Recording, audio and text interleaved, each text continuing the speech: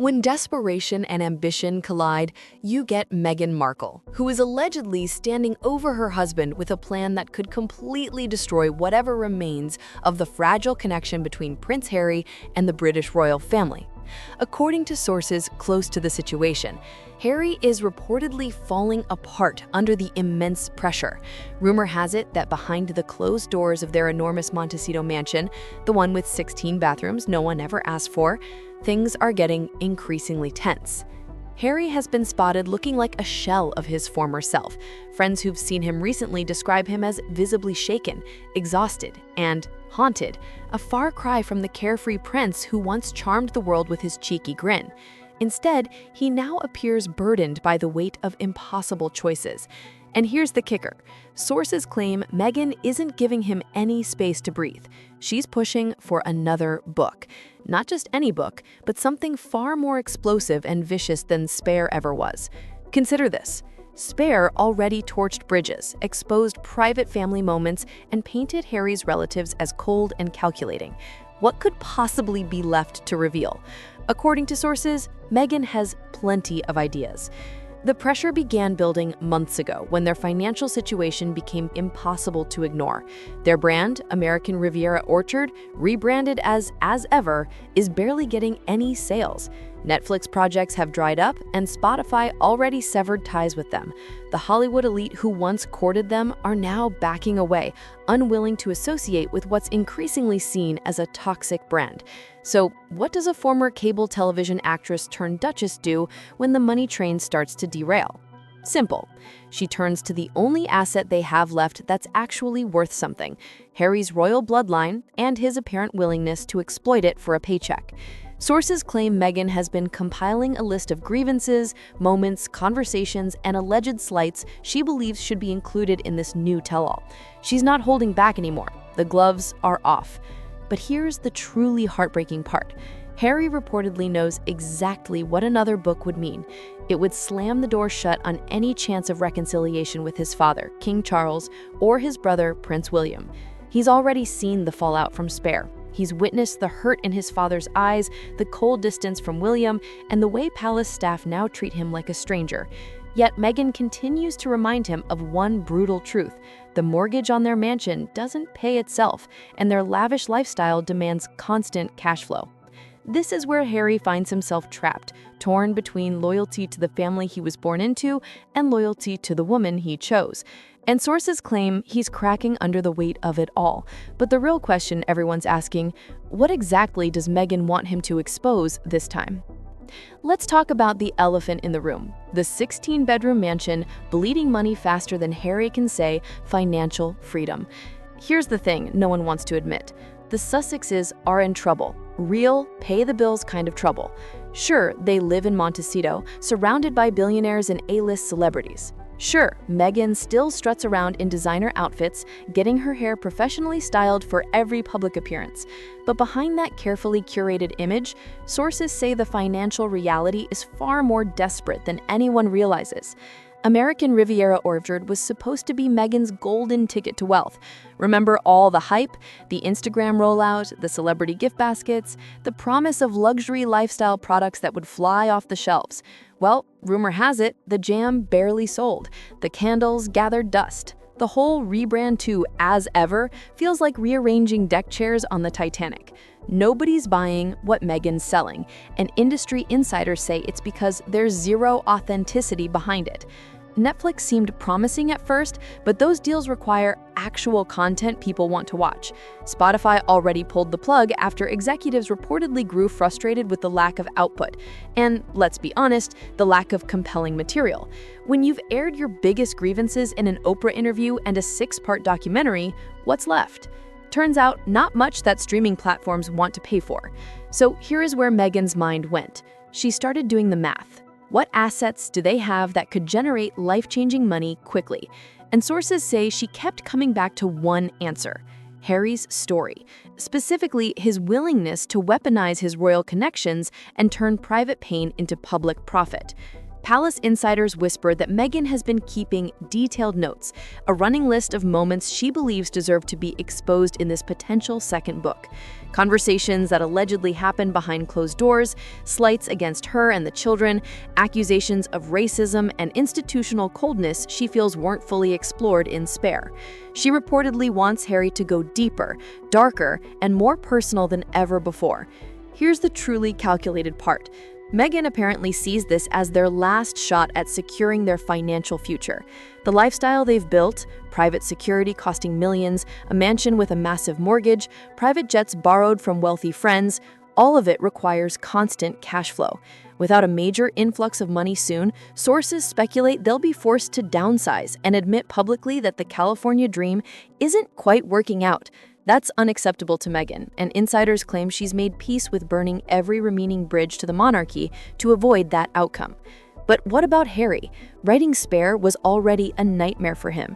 It was chaos behind the scenes. Harry would ramble, go off on tangents, and struggle to organize his thoughts into anything coherent. The ghostwriter reportedly found it almost impossible to rein him in. But they eventually got there, and Spare hit shelves, becoming an international bestseller. It exposed family secrets, detailed private conversations, and painted Harry's relatives as cold, calculating, and borderline cruel. But here's what nobody talks about: the emotional toll it took on Harry. Friends say he was wrecked during the writing process, constantly second-guessing himself and battling guilt over exposing his family. And now, Meghan wants him to do it again, only bigger, meaner, and more destructive. Sources close to the situation say Meghan has been pushing for a sequel that holds nothing back. She reportedly wants Harry to expose private conversations with King Charles after the Queen's death. She wants details about William's alleged behavior toward their children. She wants Harry to reveal what was really said during those brief moments of family interaction at the Platinum Jubilee and the funeral. Every cold glance, every whispered comment, every perceived slight needs to be documented and dissected for public consumption. Palace insiders say Meghan even suggested Harry include speculation about how the family feels about their mixed-race children, believing that playing the race card harder than before will generate massive publicity and keep people talking. Controversy sells books, scandal drives sales, and right now they need sales more than dignity. But here's where Harry is drawing battle lines. Writing Spare nearly broke him. He saw the fallout, the pain it caused his father, the permanent damage to his relationship with William, and the public backlash. And now Meghan is pushing him to go through that torture again, but this time with even higher stakes. Sources say it's tearing him apart. He knows what another book would mean. It would burn the last bridge he has with his family.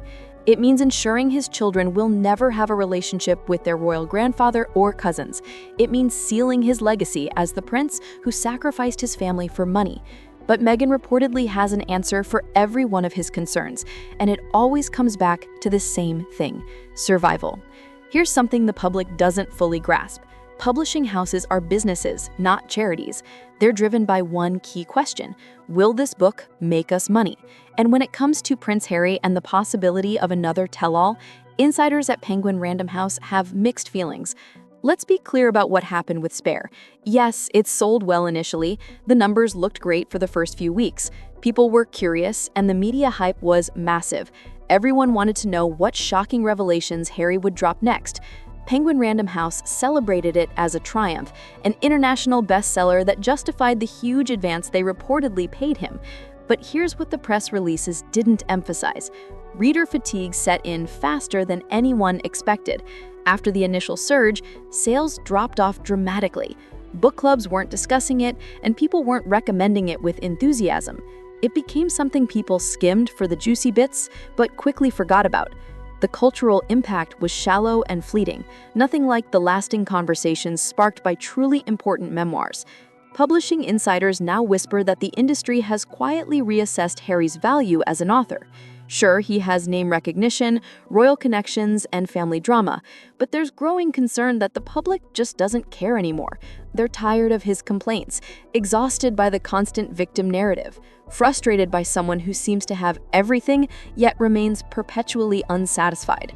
So when rumors started circulating about Harry considering another book, sources claim Penguin Random House's response was lukewarm at best. They're reportedly not eager to throw another massive advance at someone whose first book, while initially successful, didn't create the lasting cultural moment they had hoped for. The return on investment wasn't as expected once marketing costs, ghostwriter fees, and reputational risk were factored in. But here's where Meghan's thinking diverges from publishing reality. She reportedly believes that a more scandalous book would reignite interest. She thinks if Harry really goes for the jugular this time, if he exposes truly private conversations and drops bombshells about King Charles, Prince William, and Princess Catherine, the public will eat it up. Fresh royal secrets equals fresh sales. Controversy equals cash. To her, it's simple math. Industry experts aren't so sure. There's a real concern that another bitter, accusatory memoir would make Harry look desperate rather than dignified. It would confirm what his critics have been saying all along, that he's just a professional victim willing to monetize family dysfunction indefinitely. That's not a brand publishers want to invest in, especially in a market where readers are more selective than ever about which books deserve their money and attention. Yet, Meghan apparently remains convinced. Sources say she's been researching other publishers, exploring options, and trying to gauge who might be willing to take a chance on Harry's story, Part 2. In her mind, they don't have the luxury of worrying about public perception or publishing industry skepticism. They need the money, and they need it soon. Now, let's talk about what's happening behind those palace walls, because trust me, the royals are not sitting quietly while Harry and Meghan plot their next move. Sources claim Buckingham Palace has drawn a clear line in the sand, one that's blood red. Prince William, according to insiders, has made his position crystal clear in private conversations with palace staff and family members. If Harry publishes another attack book, if he dares to expose more private family moments and weaponize personal conversations for profit, William has reportedly vowed to strip the Sussex titles the second he becomes king. Not maybe, not possibly, definitely. And here's the thing about William. He's patient, methodical, and ruthlessly protective of the monarchy's future. Unlike his father, who still harbors hope for reconciliation, William has apparently reached his limit. Sources say he views Harry's behavior as an unforgivable betrayal, not just of family bonds, but of the institution itself. Every book, every interview, every public accusation damages the crown's reputation and undermines centuries of carefully maintained dignity. Palace insiders whisper that William has been quietly consulting constitutional experts about the legal mechanisms for removing royal titles. It's not simple. It requires parliamentary approval, but William reportedly wants all the groundwork laid so we can act swiftly when the time comes. He's allegedly told confidants that Harry and Meghan can keep playing victims in California, but they won't do it while trading on royal credentials. Not on his watch. King Charles finds himself in an impossible position. He's a father who still loves his son, despite everything. Sources close to him claim he's heartbroken over the estrangement and genuinely wanted to build bridges and create space for Harry within the family. But he's also the king, the head of an institution that demands respect and discretion. He cannot allow his youngest son to continue trashing the monarchy without consequences. According to palace sources, Charles has sent messages to Harry through intermediaries, quiet warnings, gentle reminders that actions have consequences. The subtext is clear. Another book means permanent estrangement. No more visits, no more phone calls, no more hope for the children to know their grandfather or have any relationship with the royal family. But here's where it gets even more complex. Charles reportedly fears that cutting Harry off completely might push him further into Meghan's control, making things worse rather than better. Yet he knows that continuing to tolerate these public attacks makes him look weak, indecisive, and unable to defend his family and the institution. Senior royals are reportedly unified in their stance. Princess Anne, Prince Edward, even those outside the immediate line of succession, have made it known they support whatever measures William deems necessary. The message to Harry is unanimous. Enough is enough.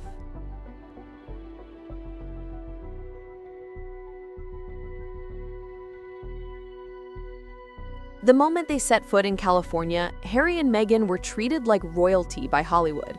Celebrities rushed to align with them, the media couldn't get enough of the Duke and Duchess, and everything seemed like a fairy tale come true. But that honeymoon period is long gone. And now, industry insiders say the Hollywood elite are quietly distancing themselves from the couple. Their once promising connections with major figures have cooled, and those who were eager to associate with them are now retreating, unwilling to risk their reputation on what has become a volatile brand. The Sussexes' decline in the entertainment world is being closely watched, and insiders are pointing to multiple factors contributing to the shift. For one, the couple's projects have not delivered as promised. Netflix projects, once seen as a major win, have failed to generate the kind of content that would capture the public's attention. Spotify also walked away after a lackluster podcast series, further fueling doubts about the couple's future in entertainment. The royalty factor, which was initially a huge draw, is no longer enough to sustain their allure in an industry driven by content, not titles. What's even more worrying for the Sussexes is the growing perception that they've become more trouble than they're worth. Industry insiders are saying that while Harry and Meghan still attract attention, it's not the kind of attention that leads to lucrative deals or enduring partnerships. With their personal brand being associated with constant drama and public conflict, Hollywood is starting to view them as a liability rather than an asset. And as the entertainment industry pulls away, the couple finds themselves in a desperate situation, one that not only threatens their finances, but also their future in the spotlight. In Hollywood, the stakes are high, and there's a clear consensus that being linked to the Sussexes might hurt one's reputation more than it helps. So while the couple still holds on to their celebrity status, it seems that the long-term support they once enjoyed is rapidly fading. In the end, the question remains, can they regain their footing in Hollywood, or has their time in the limelight already passed? At first, the Sussexes' transition from royalty to Hollywood seemed like a dream come true. They were courted by Oprah, offered million-dollar deals from Netflix and Spotify, and invited to live among the A-list. But now, insiders say the picture looks dramatically different. Celebrities who once eagerly sought their friendship are keeping their distance, and invitations to exclusive events have dried up. The reality is harsh. Harry and Meghan's brand has become toxic. In an industry driven by relevance, likability, and the ability to generate profit, they've struggled. Their Netflix and Spotify projects have fallen flat, and their lifestyle brand, once hailed as a future goldmine, is a commercial disaster. Hollywood thrives on success stories, and right now, the Sussexes' story isn't resonating.